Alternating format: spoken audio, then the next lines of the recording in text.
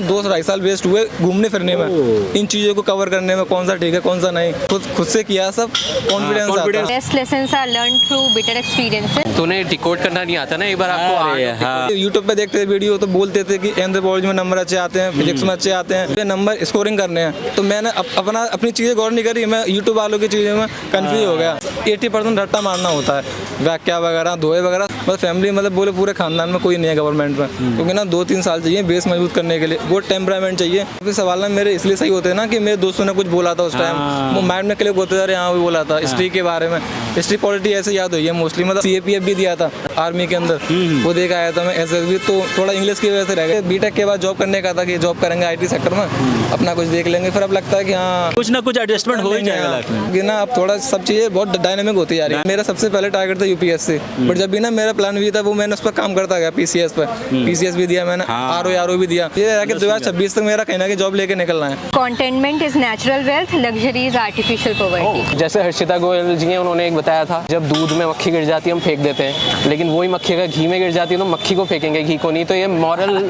Relativism का idea है। दोस्तों मेरे साथ गौरव जी हैं, हिंदी साहित्य। बहुत सारे ऐसे स्टूडेंट हैं जो हिंदी साहित्य को एज ए ऑप्शनल लेते हैं।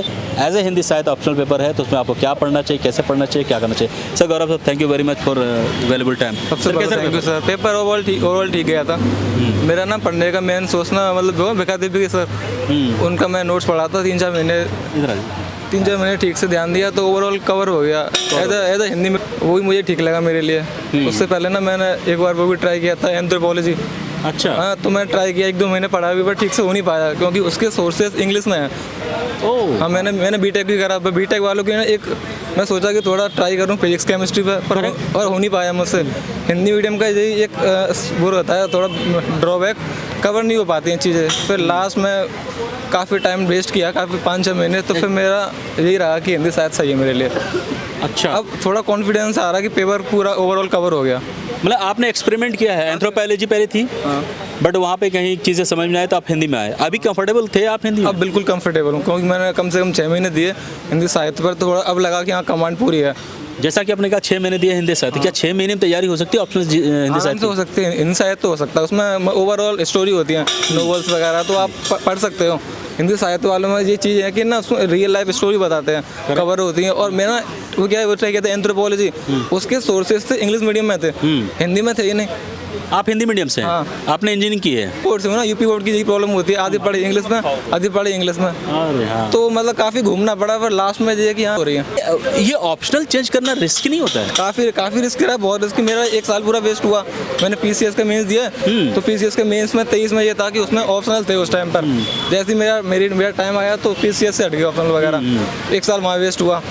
फिर दोबारा UPSC में आना, तो मतलब 1-1.5 साल ऐसे ही वेस्ट रहे। और फैमिली में कोई ऐसा भी नहीं था तो तैयारी कर रहा हूँ, तो खुद अपने आप ही किया पूरा सेल्फ, तो टाइम लगा। मतलब मैं मान सकता हूँ 2-2.5 साल वेस्ट हुए घूमने फिरने में, इन चीज़ों को कवर करने में, कौन सा ठीक है कौन सा नहीं। बट लास्ट में हाँ अब लगता है कि मतलब खुद से किया सब, कॉन्फिडेंस आ रहा है खुद। वैसे बच्चे जो स्ट्रगल कर रहे हैं, ऑप्शनल लोग ऑप्शन नहीं मिल रहा है, या फिर उनको लग रहा है कि क्या लें क्या नहीं, डिसीजन नहीं ले पा रहे हैं, कहीं ना कहीं उनको लग रहा है चलो हिंदी साहित्य भी देखा जा सकता है, तो आप कैसे क्या कहना चाहेंगे वैसे स्टूडेंट को? मेरा देखा जाने का अमल अंदाज है ना कि तो 1-2 महीने थोड़ा ट्राई करें, PYQ कैसे है, तुम्हारी कमांड कैसी है, कि तुम्हारा IQ कैसा है। अगर तुम्हें हिस्ट्री अच्छी लगती है, हिस्ट्री बढ़िया है, हिंदी मीडियम के इंटरेस्ट वाली बात है। हाँ मैं ये और मेरा हिंदी साहित्य में ना कबीरदास अच्छे लगते थे पढ़ने के लिए, सूरदास वगैरह, प्रेमचंद, तो कहानी पढ़ते गए स्टार्टिंग से, ओवरऑल कवर होते गए। तो ये असेसमेंट आपने पहले क्यों नहीं की एंथ्रोपोलॉजी लेने से पहले? एक्चुअली ना मतलब यूट्यूब पे देखते थे वीडियो तो बोलते थे कि एंथ्रोपोलॉजी में नंबर अच्छे आते हैं, फिजिक्स में अच्छे आते हैं, मैथ में अच्छे हैं, केमिस्ट्री में अच्छे हैं। तो मेरा भी ये था कि मुझे नंबर स्कोरिंग करने हैं, तो मैंने अपनी चीज़ें गौर नहीं करी, मैं यूट्यूब वालों की चीज़ों में कंफ्यूज हो गया। रैंक 1 वाले का एंथ्रोपोलॉजी 2021 में, तो उन लोगों का मैंने कॉपी किया। फिर लगा कि यार मुझसे तो हो ही नहीं पा रहा एंथ्रोपोलॉजी, हो ही नहीं पा रहा ना। तो देखिए एक चीज़ आप सभी के लिए है, मैं भी एक यूट्यूबर हूँ, वीडियो बनाता हूँ, लेकिन इन्होंने बहुत अच्छी बात कही और मैं इस बात को मानता हूँ, यूट्यूब पे जो दिखता है हर एक चीज़ सही हो कोई ज़रूरी नहीं है। आपको खुद अपनी इंजीनियरिंग करनी है, जो कि सर ने बाद में की। सर रिसोर्सेज की बात करें हिंदी साहित्य के लिए, मतलब अभी रिसोर्सेज कहाँ पे है, कैसे क्या पढ़नी चाहिए? अब तो ना मतलब बहुत मतलब मार्केट में काफ़ी सारे हैं। मतलब मेरा एक ही रहा था, विकास दिव्य के सर के लेक्चर थे, वो मैंने कवर करे, उनके नोट्स आते हैं और हार्ड कॉपी फॉर्म में वो पूरे याद करे। मतलब हिंदी साहित्य का ना 80% रट्टा मारना होता है, व्याख्या वगैरह दोहे वगैरह सब याद करना है A to Z। और ये है कि तुम्हें याद हो गया तुम लिख दोगे वाक़ा कोई, ये बस काफ़ी है, मतलब ईजी है। तो मैं दिव्य कीर्ति सर के जो नोट्स हैं, लेक्चर हैं, वो मोर देन सफिशिएंट है। हाँ वो बिल्कुल बहुत ज़्यादा है, मतलब मुँह में बोलूँगा बहुत ज़्यादा है। 6 महीने से कम में कर लिया, फिर लगाने के मेरे 2 साल वेस्ट हो गए, 1.5-2 साल। अच्छा, वहाँ पे फिर आपको लगा अंदर से कॉन्फिडेंस है, चलो 8-9 घंटे वो ही देखता था, मतलब 3-4 वीडियो रोजाना देखता था, याद करता था वही। तो हिंदी साहित्य इस बार के मेंस में आपका ऑप्शनल था, इससे पहले वाले में था? पहले वाले में था। पहले वाले में फिर मैंने PCS बीच में गैप हो गया ना, PCS मेंस दिया था इस साल भी। तो एंथ्रोपोलॉजी आपके आई थिंक 25-27 में मेरा 2022 में था, जब मेरा बीटेक हुआ 22 में बीटेक हुआ था। तो बीटेक के बाद तुरंत मैं एंथ्रोपोलॉजी में मैंने स्विच किया, फिर मैंने फिजिक्स भी लिया। काफ़ी ट्राई किया, थोड़ा एक्सपेरिमेंट सर ने अपने करियर को लेकर थोड़ा एक्सपेरिमेंट किया, थोड़ा वक्त इसमें गया सर का, लेकिन फाइनली वो कहते हैं देर आए दुरुस्त आए, और जो जिसमें इंटरेस्ट था हिंदी साहित्य में सब सर ये इन्होंने अब स्विच किया है। Sir as a Hindi medium कितना स्ट्रगल करना पड़ता है? सुनते हैं, पता नहीं ये मिथ है या फिर लोग कहते हैं कि काफ़ी स्ट्रगल करना पड़ता है रिसोर्सेज को लेके, कोचिंग को लेके, आप कैसे देखते हैं इन चीज़ों को? स्ट्रगल हम बोल सकते हैं, क्योंकि एक मेरा फ्रेंड है ना CBSE, और उसके पास काफ़ी अच्छी बुक्स है, पर हिंदी मीडियम में इतना नहीं है। मतलब काफ़ी चीज़ें हमें एक्सप्लोर करनी पड़ती हैं, टॉपर्स को कॉपी करनी पड़ती हैं। और मैंने ना कभी बार वो पढ़ता करंट अफेयर, तो मोस्ट काफ़ी अच्छी चीज़ है ना, कंटेंट वो इंग्लिश मीडियम में है। हिंदी मीडियम में ना मतलब फालतू एक्स्ट्रा इन्फॉर्मेशन देते हैं, एक्स्ट्रा चीज़ें वो मतलब ऐसे लगती हैं काम की ही नहीं है, फिर वो एक्स्ट्रा निकालनी पड़ती है, ये काम की नहीं है, ये काम की है, तो टाइम लगता है। मतलब हिंदी मीडियम में टाइम लगता है, मैं तो अपना मानता हूँ, मेरा एक्सपीरियंस रहा है। इवन कि आप जब लिख रहे हैं तो हिंदी में हर्षी का मात्रा वगैरह अंकी बिंदी का भी वो रहता है, पॉइंट वगैरह। और मैंने बीटेक में इंग्लिश में लिखा है, वहाँ पे इतना टाइम नहीं लगता। बीटेक इंग्लिश में किया था? इंग्लिश में किया है ना, तो दोनों का। आपको नहीं लगता कि आप इंग्लिश में थोड़े थे, आप स्विच कर सकते थे? मेरा था स्टार्टिंग में था ना, बट मैंने जब गौर किया ना कि उसमें एक ऐसे होता है, ऐसे इंग्लिश में होता है 11-12 पेज का फ्लो आना, वो कॉन्टेक्स्ट मेरे मतलब वो फ्लो नहीं आ पा रहा था। अच्छा। वो भी मैंने ट्राई किया, मैंने CAPF भी दिया था। अच्छा। CAPF दिया, उससे पहले SSB होता है आर्मी के अंदर, वो देख आया था मैं SSB, तो थोड़ा इंग्लिश की वजह से रह गए। अच्छा, मतलब स्टार्टिंग से इंग्लिश, बट अब देखते हैं कहाँ तक आते हैं। अभी क्या सिचुएशन, आप कंफर्टेबल है ना हिंदी में? चलो ठीक है। अब तो मैं दोनों में कंफर्टेबल होता जा रहा हूँ, मतलब इंग्लिश और हिंदी दोनों। बट है ना आपका इंग्लिश की नॉलेज है, तो क्वेश्चन में कुछ टर्म इंग्लिश में भी आया तो कोई दिक्कत नहीं है? काफ़ी मतलब जो मेरा PCS का हुआ, PCS का पेरी, UPSC का पेरी, मैं दोनों सवाल देखता हूँ हिंदी इंग्लिश, क्योंकि ना हिंदी में कभी लैंग्वेज समझ में नहीं आती है, काफ़ी टफ होती है। मतलब असंगणक, कंप्यूटर का संगणक, हिंदी में अलग इंग्लिश में अलग। हाँ, तो हमें इंग्लिश भी पढ़ना जरूरी है, क्योंकि जो लास्ट में ना फाइनल के आंसर की आती है, तो वो काउंट होते हैं इंग्लिश वाले। अच्छा, उनका भी रोल रहता है। और अटेम्प्ट कौन सा है सर? ये मेरा तीसरा है। स्कूलिंग वगैरह कहाँ से हुई थी? मेरी आगरा से। आगरा से हुई थी? जी हाँ। वहीं से आपने UP से इंजीनियरिंग की, और फिर ये आपने इंजीनियरिंग को आगे क्यों नहीं मतलब एक एज ए करियर आगे ले जाते? एक्चुअली ना मेरा फैमिली में ये था कि एक बार कोई गवर्नमेंट जॉब ट्राई कर लो तो सही रहेगा, क्योंकि हमारी फैमिली में ना मतलब बोले पूरे ख़ानदान में कोई नहीं है गवर्नमेंट में, तो फैमिली लोग तो ये भी बोलते हैं कि लाइक कांस्टेबल, फैमिली लोग तो ये बोलते हैं कि कांस्टेबल भी ले ले। मेरा इस साल मैंने कांस्टेबल भी दिया था। अच्छा। मतलब कांस्टेबल का मेरा एग्जाम पास था, और मेरी दौड़ में ना 22 सेकंड से रह गया था। तो मतलब यही है, वो भी चलता रहा। ओवरऑल लाइफ का पार्ट है चीज़ें। अभी कैसा लगता है अभी आपने जो मेंस फर्स्ट पेपर देखा है, कैसा लग रहा है? अब कॉन्फिडेंस आ रहा है कि हम कहाँ से कहाँ तक आ गए। हिंदी में ये डाउट था कि ऐसा ना हो टाइम की वजह से पेपर ना पूरा अटेम्प्ट हो पाए। मेरा ये रहता था, क्योंकि PCS में भी मैं लास्ट तक लिखता था, मतलब लास्ट के 5 मिनट में 2 सवाल लिखता था। मुझे पता है कि मैं पॉइंट वाइज में लिख के आता था लास्ट में। कैसे मैनेज करते हैं टाइम मैनेजमेंट की बात करें तो? स्टार्टिंग का ये होता है कि 1 घंटा काफ़ी लिखना फास्ट, घड़ी नहीं देखनी है, और बीच का 1 घंटा बहुत मैनेज करना है। कैसे लिखेंगे फास्ट? हमारे पास कंटेंट ही मुझे पता ही नहीं आ रहा, कैसे करें? नहीं, वो नोट्स होने चाहिए पहले से, कंटेंट तैयार होने चाहिए, पहले तैयार होने चाहिए, पूरे मेंस का नोट तैयार होना चाहिए। एक टॉपिक या फिर ऐसा नहीं कर सकते हमने क्वेश्चन देख लिया भाई, कौन से क्वेश्चन ईजी जिसमें हमें याद है उसको पहले लिखना शुरू करते हैं? नहीं, ऐसे करने मेरे अकॉर्डिंग फिर ना टाइम वेस्ट होगा, क्योंकि तुम देखोगे फिर पीछे आओगे। मेरा जो होता है स्टार्टिंग से करो, या मेरा था पहले 11 से 20 करता हूँ मैं, फिर मैं 1 से करता हूँ, 1 से लेकर दोबारा, मतलब पहले 11 से 20 अच्छे होते हैं ना, अच्छे मार्क्स के होते हैं, 12-15 मार्क्स के, तो यही रहता है मेरा। करंट अफेयर्स की तैयारी कैसे की थी आपने हिंदी मीडियम में? करंट अफेयर्स की ना मैं यूट्यूब पे ना 2-3 क्योंकि स्ट्रगल है, करंट अफेयर्स कैसे करेंगे? मैंने 2-3 चैनल फॉलो करे थे। एक वो विजन IAS, उनकी मैगजीन आती मंथली वाली, वो पढ़ी। और दृष्टि IAS की ना वेबसाइट पे हर दिन भी वो कुछ क्विज वगैरह आते हैं, वो भी देखता रहता था। फिर PCS के लिए ना एक वो आती है आई दृष्टि, हाँ वो भी मैंने कवर करी। तो मैंने 3 चीज़ें करी। और एक दोस्त है ना, हम रोहिना, हमारे ग्रुप है PCS का, हम वीडियो कॉल पे वो करते थे, मतलब सवाल पूछते थे। अच्छा, वीडियो कॉल पर रोहिना, मतलब आपने पीयर ग्रुप बनाया होगा इसके लिए? एक ग्रुप के अंदर 20 लोग होंगे, तो वो सवाल भेजते थे, एक दूसरे सवाल पूछते थे। देखिए, मैं बोलता हूँ सबको बार बार कि अगर कहीं पे कुछ नहीं है तो पीयर ग्रुप बनाओ, जैसे कि सर, और डिस्कशन होने चाहिए। डिस्कशन से क्या होता है, जो चीज़ हमें नहीं आ रही है ना, वो चीज़ पता चल जाती है। हाँ, ये तो और उससे क्लैरिटी मिल जाती है। और काफ़ी सवाल ना मेरे इसलिए सही होते हैं ना कि मेरे दोस्तों ने कुछ बोला था उस टाइम, वो माइंड में क्लिक होते जा रहे, हाँ भी बोला था हिस्ट्री के बारे में, हिस्ट्री पॉलिटी ऐसे याद हुई है, मुस्लिम मतलब आर्टिकल सब ऐसे याद हो गए। अच्छा, कि दोस्त ने कुछ उस टाइम बोले थे वीडियो। अभी मैं हम लेक्चर सुनते रहते हैं, अभी मैं जाऊँगा 1 घंटे वो सुनूंगा पूरा करंट अफेयर। वीडियो कॉल चलती है रोजाना 2-2.5 घंटे की, या तो शाम को चलेगी या दोपहर में, एक दिन रोजाना चलती है। और वो 1-1.5 साल से लगातार चलती आ रही है। इससे फ़ायदा हो रहा है आपको? बहुत फ़ायदा हो रहा है, मतलब काफ़ी चीज़ें ना डाउट्स क्लियर हो रहे हैं। अगर मुझे लग रहा है कि मेरा सेल्फ डाउट नहीं, मतलब मुझे लग रहा है कि मैं मोटिवेशन डाउन है, उन लोगों से बात कर लेता हूँ कि कुछ हो नहीं पा रहा लाइफ में, तो वो मोटिवेट करते हैं कि आप कुछ कर सकते हो। और पढ़ाई के रिगार्डिंग तो बोलते रहते हैं। नहीं, मतलब मेरा मानना है ना, UPSC के लिए आने के लिए सबसे पहले मतलब बेस का ज़रूरी होना, क्योंकि ना 2-3 साल चाहिए बेस मजबूत करने के लिए। वो टेम्परामेंट चाहिए कि तुम MCQ सॉल्व कर सको। प्री सबसे हार्ड तो वही होता है, प्री मेरा भी काफ़ी हार्ड रहा है प्री। तो इतना टेम्परामेंट चाहिए कि तुम सब तरह की चीज़ें फेस कर सको, कोई क्वेश्चन को लेके, चारों क्वेश्चन पे कमांड हो। और रही इंग्लिश और हिंदी की, वो ना डिपेंड करता है कि तुम्हारी स्टार्टिंग से पढ़ाई कैसी हुई है, तुम किस बैकग्राउंड से हो। क्योंकि हमारी UP बोर्ड से है, तो UP बोर्ड में 1 से लेकर 8-9 तक पढ़ाई नहीं होती है। 9 के बाद हो सकता है कि UP बोर्ड के 10th में बोर्ड आने वाले हैं, 10th में पढ़ते हैं, 12th में पढ़ते हैं, फिर कॉलेज में नहीं पढ़ते हैं। ये मेरा खुद का एक्सपीरियंस है, मैं अपने आसपास का बता रहा हूँ।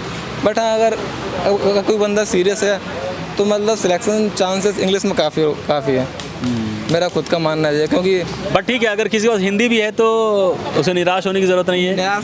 गौरव sir is one of the example, जो कि काफ़ी एक्सपेरिमेंट इन्होंने किया अपनी ओवरऑल करियर में जब UPSC तैयार कर रहे थे, बट फाइनली एक ऐसे मुकाम पर पहुँचे हैं कि अब इनको कॉन्फिडेंस है हिंदी साहित्य को लेके। बिल्कुल सर, अब तो बिल्कुल फील ऐसा होता है कि चलो हाँ, लाइफ में कुछ कर लेंगे। एक टाइम पे नहीं था ना कि BTech के बाद जॉब करने का था कि जॉब करेंगे IT सेक्टर में, अपना कुछ देख लेंगे। फिर अब लगता है कि हाँ, हम कुछ ना कुछ एडजस्टमेंट हो ही जाएगा लाइफ में, कि हम भी कुछ डिपार्टमेंट में आ सकते हैं गवर्नमेंट के अंदर। बिल्कुल। हाँ, सही है। आपको क्या लगता है, प्लान B वगैरह लेके चलना चाहिए UPSC एस्पिरेंट को? मतलब एक होता है ना कि अनसर्टेनिटी तो है। नहीं, अकॉर्डिंग टू टाइम ये वाला टाइम बहुत मतलब ऐसा है कि प्लान भी होना चाहिए, मेरे अकॉर्डिंग बहुत ज़रूरी है। क्योंकि ना अब थोड़ा सब चीज़ें बहुत डायनामिक होती जा रही है। पेपर का लेवल इतना डायनामिक है कि तुम उसे कैच नहीं कर पाओगे, पकड़ ही नहीं पाओगे।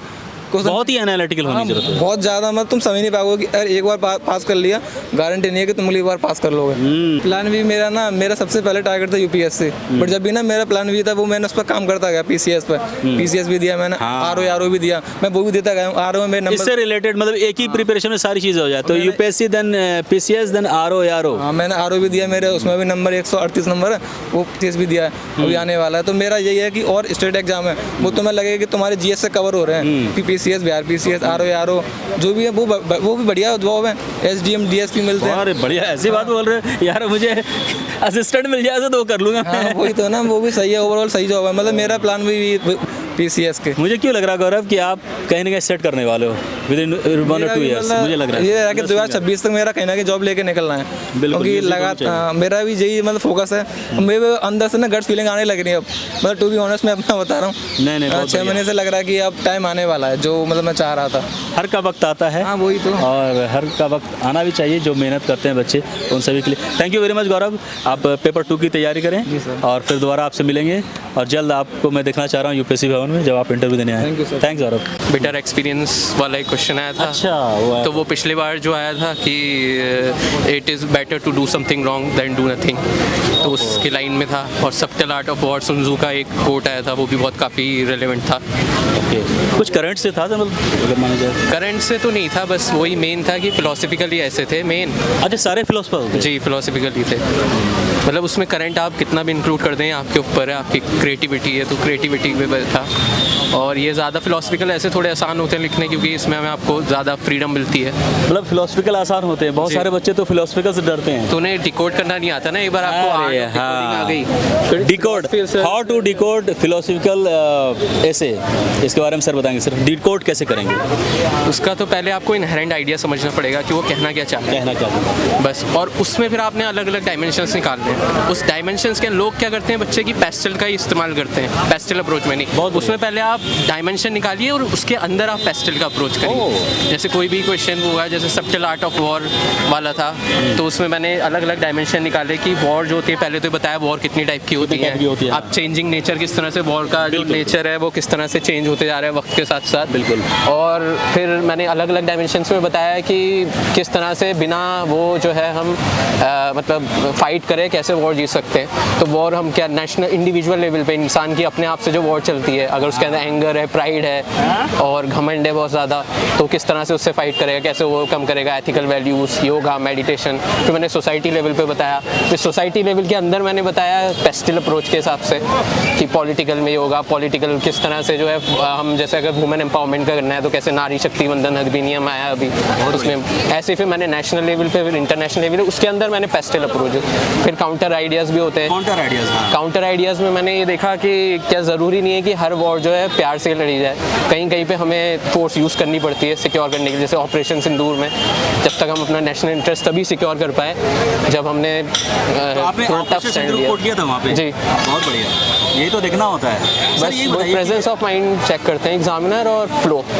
आपका थॉट प्रोसेस बहुत ही अच्छा है ऐसे को लेके। सर ऐसे कितना इंपॉर्टेंट है ओवरऑल यूपीएससी प्रोसेस के बारे में बात सर ऐसे तो मेक और ब्रेक वाला हिसाब है बिल्कुल। अगर आपका ऐसे बहुत अच्छा से गया है तो फिर आप जो है बहुत रिजल्ट रैंक भी ला सकते हैं। जैसे पिछले साल के जो रैंक 2 हैं उनके जीएस में उतने अच्छे नहीं, लेकिन उनके ऐसे में बहुत अच्छे स्कोर आए, तो उसकी वजह से उनकी रैंक बहुत ऊपर आई। अगर ऐसे में नहीं आती तो उनकी 50 से नीचे आती, टॉप 10 में नहीं हो पाती हूँ, क्योंकि ऐसे बहुत मेन रोल करता है, क्योंकि एक पेपर है और इतना लिखना भी नहीं है। जीएस में तो ये भी होता है क्वेश्चन छूट भी जाते हैं, ऑप्शनल भी उतना टफ नहीं होता। जीएस 1, 2, 3, 4 में स्कोरिंग टफ होती है, इसमें आप थोड़ी सी मेहनत कर लें, थोड़ा सा अपना प्रैक्टिस कर लें, प्रैक्टिस से ही है सब कुछ, और कुछ टफ नहीं है, डिकोडिंग आ जानी चाहिए बस। डिकोडिंग आना चाहिए। आप जैसा कि आपने बताया, हमें लगता है कि आपने अपने ऐसे में जीएस के हर एक क्वेश्चन को मतलब छूने की कोशिश की। जी। क्या ये ज़रूरी हमें करना चाहिए? जी, यही मेन चीज़ होती है, वरना आपके पास कंटेंट नहीं होगा। किसी को इतना टाइम नहीं होता कि वो अलग अलग ऐसे पढ़े। लिखने को तो मैं पूरा फिलोसफिकल लिख लेता कि ये सुनजू ने कहा है, सुनजू के बेसिक आइडियाज़ हैं, क्या प्रिंसिपल है, लेकिन वो नहीं पूछता यूपीएससी। पूछता है कि आप जो है कॉम्प्रीहेंड कर पा रहे हैं, नहीं कर पा रहे हैं, कॉम्प्लेक्स आइडिया को समझ पा रहे हैं, नहीं समझ पा रहे हैं। क्योंकि कल के दिन जब हम सिविल सर्वेंट बनेंगे तो हमारे पास ऐसी अपॉर्चुनिटी आएगी जब हमें लोगों को खुद समझना पड़ेगा,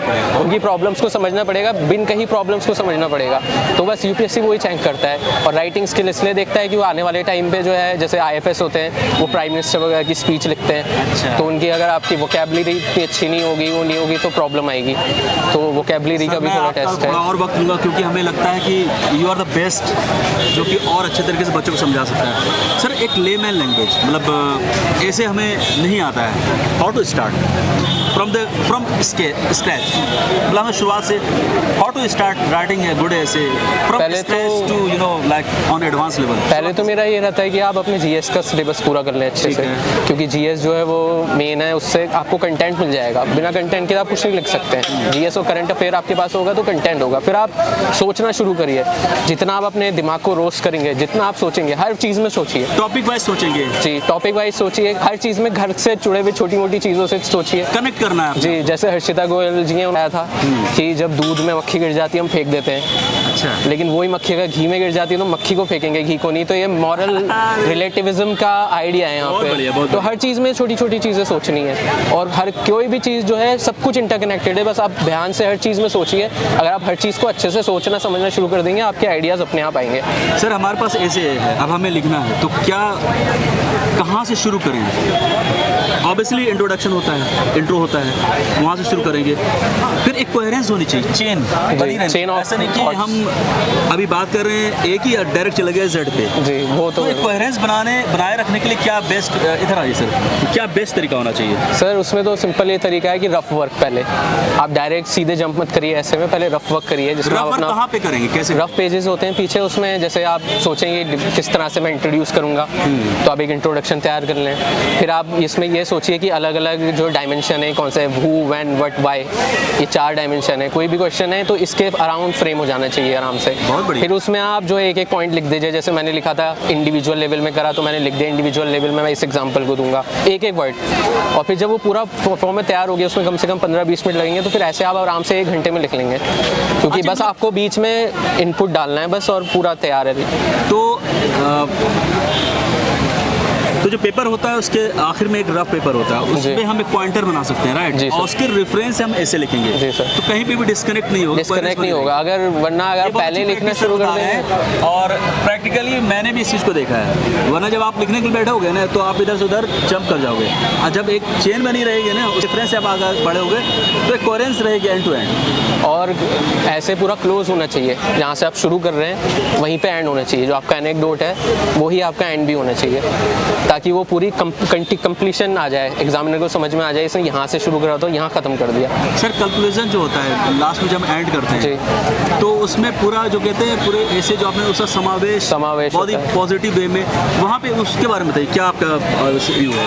सर जो भी हमने पूरा लिखा, फिर उसमें मतलब कंक्लूजन एक तरह से वे फॉरवर्ड होता है। अभी तो हमने सब चीज़ें बताई, ये चल रहा है, ये हम कर सकते हैं, और हम उसमें इम्प्रूवमेंट क्या कर सकते हैं। तो ऐसे में हमें अब एक वे फॉरवर्ड देना और काफ़ी पॉजिटिव वे में आगे की वे हेड देना है। लेकिन उसको अगर हम अपने एनेक्डोट से थोड़ा कंप्लीट कर देंगे, मतलब जोड़ देंगे, तो वो पूरा कंप्लीट हो जाएगा, उसमें ये आसानी होगी। तो एग्जामिनर को मेरा इंग्लिश था। तो आप ये चूँकि आप कह रहे थे एक दिन में नहीं आता, इसकी प्रैक्टिस की ज़रूरत होती है। जी सर। तो हम प्रैक्टिस कैसे करें? क्या सोर्स क्या होना चाहिए प्रैक्टिस करने का? सर सोर्स तो मेरा जो मेन सोर्स मुझे लगा टॉपर्स की कॉपी, वो बहुत ऑथेंटिक सोर्स है, क्योंकि उससे आपको बहुत कुछ सीखने को मिलेगा। अच्छा। कितनी चीज़ें अपनी जो है टॉपर्स के ऐसे से मैंने देखी थी, तो हाँ इस लेवल में भी उसमें आपके डायमेंशन खुलेंगे दिमाग के, कि हाँ मैं यहाँ से भी सोच सकता हूँ, ऐसे भी सोच सकता हूँ। उसके साथ फिर अपने जो नॉलेज है उसको इनग्रेन करिए उसमें, कि आप कुछ और अलग दे सकते हैं, तो ऐसे करके बिल्डअप हो जाता है। तो आप जितने, मैं तो ये रहता था कि मैं ऐसे बहुत पढ़ता था टॉपर्स के, रोज़ रात को सोने से पहले आधे घंटे 15 मिनट एक ऐसे पढ़ लिया, मतलब कुछ करा नहीं, लिखा नहीं, कुछ नहीं, बस पढ़ लिया सिर्फ। तो पढ़ने से मुझे एक थोड़ी थॉट प्रोसेस समझ में आ जाती है। थॉट प्रोसेस समझ में आ गई, हाँ, कि वो किस तरह से लिख रहे हैं, उनका तरीका क्या है, करेक्ट। उनकी कुछ चीज़ों को उठा के फिर अपनी क्वालिटी, अपनी इनहेरेंट, लेकिन होना ऑथेंटिक पड़ेगा आपको। अगर आप दूसरे की उठा के डायरेक्ट लिख देंगे तो उसका कोई इम्पैक्ट नहीं पड़ेगा, और एग्जामिनर भी समझ जाएगा कि ये रोट लर्निंग है, क्योंकि आपके इमोशंस नहीं दिखेंगे, आपके इमोशंस दिखने चाहिए। ऐसा लगना चाहिए कि आपके अंदर से ये सब चीज़ें बाहर आ रही हैं। अगर आप एक टॉपर्स का उठा के रख देंगे तो वो कोई फ़ायदा नहीं होगा। कभी आप जब पढ़ रहे हैं जीएस की तैयारी करें तो खुद ब खुद एक मैच्योरनेस आ जाती है। जी सर, बस यही मैंने टॉपर्स के अगर नोट्स ऐसे हम देखें, पढ़ें जीएस की प्रिपरेशन के बाद, तो क्या आपको लगता है कि हम उस लेवल पे पहुंच सकते हैं जब हम ऐसे अच्छा लिख लें? जी बिल्कुल सर, अगर हमने टॉपर्स की कॉपी पढ़ी है और उसको हम इंटीग्रेट कर पा रहे हैं और न्यूज़पेपर के साथ सप्लीमेंट कर दें, मतलब कोई भी टॉपिक अगर आपको पढ़ने टॉपर का, तो उसको करंट में जोड़ लीजिए कि अभी क्या चल रहा है। जैसे मैंने ऑपरेशन सिंदूर वाला मैंने एग्जाम्पल बहुत अच्छा काम किया सर ने, ऑपरेशन सिंदूर। क्वेश्चन क्या था सर? देखिए एक बार देखिए तो न्यूज़पेपर, ये ऐसे के पेपर आज आए हैं यूपीएससी सीएससी 2025, और सॉरी सर मैं नाम भूल गया आपका। टैब मेरे साथ टैब सर हैं, और अभी ये पेपर देके निकल गए। ये क्वेश्चन है, truth known no colour, the supreme art of war is to subdue the enemy without fighting. इस पर लिखा आपने? जी सर। और ऑपरेशन सिंदूर यूज़ किया इसमें? जी सर। बहुत बढ़िया। Thought finds a word and create one also. Section B में सर, सेक्शन ए में कितने क्वेश्चन? 2 करने पड़ते हैं सर, एक और सेक्शन बी में सेक्शन बी। ओके, बहुत बढ़िया। और ये रिपीटेड ही थे, ज़्यादा कुछ अलग नहीं था। ये बिटर एक्सपीरियंस वाला पिछले साल पूछा गया है। हाँ, बस थोड़ा सा अलग है। ये question, it is better do something wrong than do nothing. Bitter experience से याद नहीं सीखता है। ये बताइए कि एक टाइम मैनेजमेंट वाली बात होती है, जब आप लिखने बैठते हैं, चलो मुझे लिखना है, ठीक है, डिकोड कर लिया आपने, देन यू स्टार्ट राइटिंग, है ना, बट एक टाइम कब तो देखना पड़ता है कि हम वो एक जो हमें टाइमिंग मिली उसमें कंप्लीट करनी है, तो उसको कैसे मैनेज करते हैं सर? उसके लिए तो प्रैक्टिस ही होगी। आप टाइम डिवाइड करिए। जैसे मेरा सिंपल रहता है कि 15 मिनट मैंने ब्रेनस्टॉर्मिंग में देना है, और 1.5 आवर में मैंने 1 आवर 15 मिनट में मैंने पूरा लिख देना है। मेरा फोकस ये रहता है, और वो हो जाता है थोड़ी थोड़ी प्रैक्टिस करके। शुरू में थोड़ा टाइम लगेगा, लेकिन प्रैक्टिस नहीं करेंगे तो नहीं हो पाएगा, इम्पॉसिबल हो जाएगा। मतलब इस इंटरव्यू का लबालब ये है, जो भी इस वीडियो को देख रहे हैं, सर ने एक बहुत बड़े अच्छी बात कही है, ब्रेन स्टॉर्मिंग करना। जब भी आपको ऐसे की कॉपी मिले, 10 से 15 मिनट आप क्वेश्चन को देखिए, ब्रेनस्टॉर्मिंग कीजिए, उसके पॉइंट्स बनाइए, rough page question paper answer sheet के लास्ट रफ पेज होगा, वहाँ पे पॉइंटर बनाइए, यही है ना सर? जी सर। और उसके रेफरेंस से लिखना शुरू कीजिए। बच्चों को प्रॉब्लम हो जाती ब्रेनस्टॉर्मिंग है, बहुत करनी जरूरी है, आप बिना समझे लिखोगे तो फिर कुछ नहीं हो पाएगा। फोमो की प्रॉब्लम होती है बच्चों को कि उनको होता है सब लिख रहे हैं तो हम एकदम लिखना कौन सा शुरू कर attempt है दें। सर? सर मेरा फिफ्थ। Fifth attempt. और इससे पहले कहाँ तक पहुँचे थे आप? सर मैं मेंस लिख दिए मैंने। Mains लिखा? जी सर। ओके। और ऑप्शनल पेपर क्या सर आपके? सर मेरा PSI है। PSI है। सर उसकी नॉलेज भी इंटीग्रेट कर सकते हैं, जैसे उसमें कर सकते हैं। मैंने एक्सपीरियंस वाले कुछ मैंने जो इस बार लिखा उसमें मैंने प्लेटो की थ्योरी ऑफ आइडियाज़ को यूज़ करा, लॉक की थ्योरी ऑफ टेबुलर रासा को यूज़ करा। बहुत बढ़िया। तो ये सर ऑल द बेस्ट। दोस्तों इस वक्त हमारे साथ हैं प्रियांशु, जो इस UPSC CSE 2025 की मेंस के एग्जामिनेशन आज शुरू हो गए और ऐसे पेपर आज का था। Essay paper is one of the most important, जो डिसाइड करता है not only for your rank as well as not only for your selection as well as आपकी रैंक बेहतर हो सकती है। एक डिसाइडिंग फैक्टर ऐसे होता है। ऐसे ओवरनाइट नहीं आते, इसके लिए एक थॉट प्रोसेस बनानी पड़ती है, बहुत कुछ पढ़ना पड़ता है, उसके बाद ऐसे होती है। मैम ये बताइए सबसे पहले कैसा गया पेपर ठीक था, अच्छा था, जितना expected. You are very young. हाँ, ये मेरा फर्स्ट अटेम्प्ट था। अच्छा, फर्स्ट अटेम्प्ट था।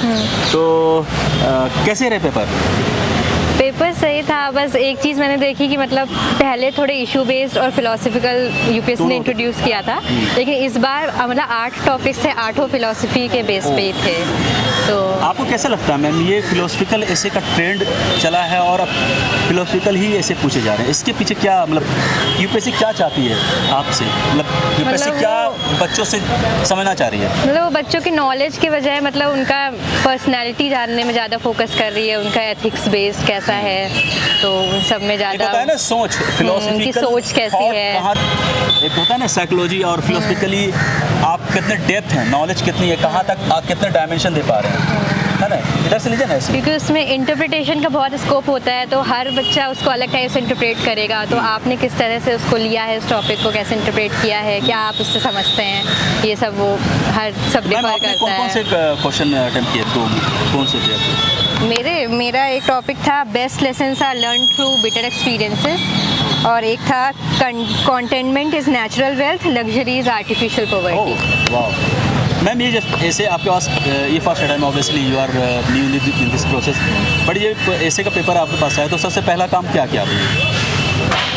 How you have started writing ऐसे, मतलब इनिशियली क्या किया, कैसे करते हैं ऐसे? पहले तो मेरे लिए क्या कहते हैं टॉपिक डिसाइड करना ही बहुत मुश्किल था कि सारे ही फिलॉसफी और क्या मैं चूज़ करूं।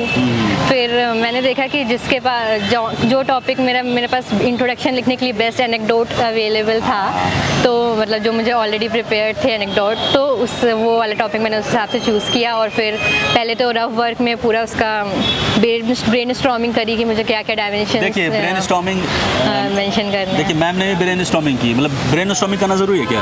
हाँ, वो बहुत ज़रूरी है, क्योंकि मेन स्ट्रक्चर पे बहुत मतलब मार्क्स आपके डिपेंड करते हैं कि प्रेजेंटेशन और स्ट्रक्चर कितना अच्छा है। तो पहले से हमें ब्रेनस्टॉर्मिंग कर लेनी चाहिए। ब्रेनस्टॉर्मिंग से क्या फ़ायदा होता है? मतलब उससे हमें फिर पता रहता है कि किसके बाद हमें क्या मेंशन करना है, रैंडम, क्योंकि ऐसे में तो रैंडम थॉट्स आते हैं। तो ब्रेनस्टॉर्मिंग में वही रहता है कि हमें पता होगी हमें कब क्या कैसे थॉट्स को ऑर्गेनाइज करना है। हमने बना लिया, अब उसके लिए करते हैं, है ना? हाँ, वही कुछ छूटता नहीं है, ओवर जंप नहीं कर पाते, हमें कोहेरेंस होती है पूरे से। हाँ, और सारे डायमेंशन से कवर हो पाते हैं कुछ। ओके मैम, ऐसे में first impression is the last impression लोग कहते हैं, शुरुआत अच्छी हो तो अंत भी अच्छा होता है। हाँ। इंट्रोडक्शन, इसलिए इंट्रो कैसे आपने बनाया, आप सेटिस्फाइड हैं जो इसमें इंट्रोडक्शन आपने लिखी है, आप सेटिस्फाइड हैं? और वो जो आपने लिखा है सोच के कैसे लिखा, इसकी तैयारी कैसे की आपने? How to write introduction for any essay? इसमें मतलब कुछ और पर्सनैलिटीज़ के लाइफ स्टोरी, मतलब लाइफ एक्सपीरियंसेस से कुछ एनेक्डोट्स हम पहले से लेके रखते हैं कि हाँ, कि मतलब अगर इस टॉपिक पे कुछ आया तो मुझे ये एनेक्डोट डालना सही रहेगा, तो सब पहले से प्रिपेयर्ड रहता है। तो और नहीं हो तो फिक्शनल एनेक्डोट भी बना सकते हैं। तो मतलब स्टार्टिंग वैसे करेंगे तो ज़्यादा सही रहेगा, फिर धीरे धीरे ऐसे को लिंक करके फिर मेन टॉपिक में आना। मैम ऐसे कितना इंपॉर्टेंट है ओवरऑल UPSC CSE के प्रोसेस में? ऐसे तो डिसाइडिंग फैक्टर हो जाता है, क्योंकि रैंक उसी के पे बेस होती है, क्योंकि GS के पेपर तो ज़्यादातर सब मतलब उतने ही सेम मार्क्स रेंज में रहते हैं, लेकिन ऐसे ऑप्शनल और एथिक्स ये 3 पेपर थोड़े डिसाइडिंग फैक्टर में आ जाता है। मैम ये टॉपर्स के जो नोट्स होते हैं ऐसे वगैरह, क्या वो फ़ायदेमंद होता है, क्या हमें वो यूज़ करना चाहिए? हाँ, हाँ मतलब उससे हमें समझ आती है कि हमें कैसे अप्रोच करना है, और कुछ हम उनसे एग्जांपल्स उन्होंने क्या यूज़ किए हैं ये सब मतलब उनसे हम टेक कर सकते हैं मतलब। तो सही आपने रहता है। टॉपर्स के नोट्स देखे थे, टॉपर्स के लिखे हुए ऐसे आपने रेफर किए हाँ मैंने रेफ़र किए थे और एनेक्डोट भी मैंने वहीं से उठाया था। थे? आपका ऑप्शनल पेपर क्या है मैम? मेरा तो बॉटनी है क्योंकि मैं साइंस बैकग्राउंड से हूँ। पेड़ पौधे हैं, घास और ऑप्शनल भी आपके बॉटनी?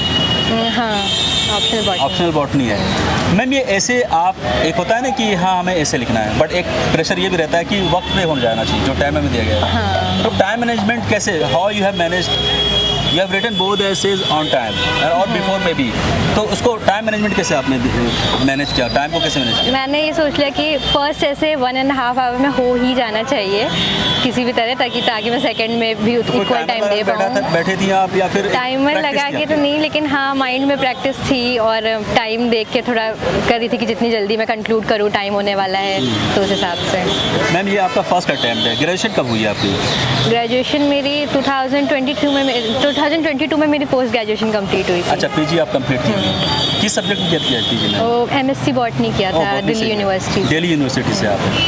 सो मैम आप एग्रीकल्चर वगैरह में भी जा सकती थी, राइट? यूपीएससी क्यों?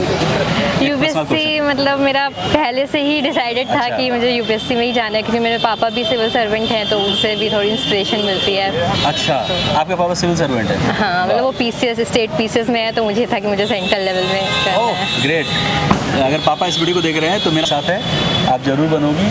मैम ये बताइए उसके बाद आपने कब डिसाइड किया कि यूपीएससी की इस प्रोसेस में हमें आना है?